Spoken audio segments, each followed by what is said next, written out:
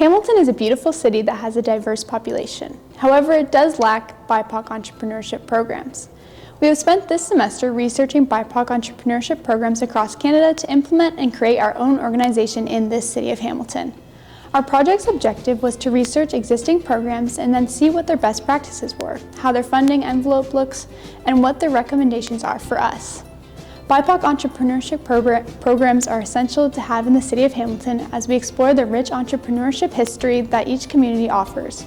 By developing programs specifically for BIPOC entrepreneurs, we are helping to maintain and grow the rich history of our city, to identify any barriers that exist, and to develop a program that best suits the individuals in the community.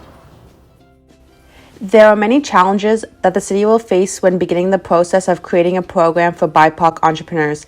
Some of these include marketing strategies to meet the needs of the BIPOC entrepreneurs, receiving grants from the federal government, raising awareness for programs, and finding partnerships.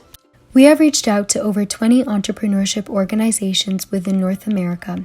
There were common themes and trends that were found throughout this process that will eventually aid in the development of Hamilton's very own BIPOC entrepreneurship program. We have found that each organization that was researched had a startup program and a launchpad program, and each organization had various programs within it. This was dependent on the stage of the participants' existing business idea, or business plan. They each had an application process and a specific criteria for their participants. Most of them were funded by federal governments, including Ontario Trillium and the IRCC, bank institutions such as RBC, credit unions, and private sector donors. We found that each organization recommended similar things for our project, and these include: see what the city needs first and what the community needs before starting. Understanding the people of that region first is so important because each region may have different goals and objectives. We also need to find our target audience in order to come up with a plan to adequately address their needs. Partnering with different organizations and collaboration is of utmost importance. We need to work together and learn from others, working with those who have done it before us. And lastly, outreach. Reaching out to different corporations, schools, and universities will allow us to get our foot in the door and spread awareness all at the same time.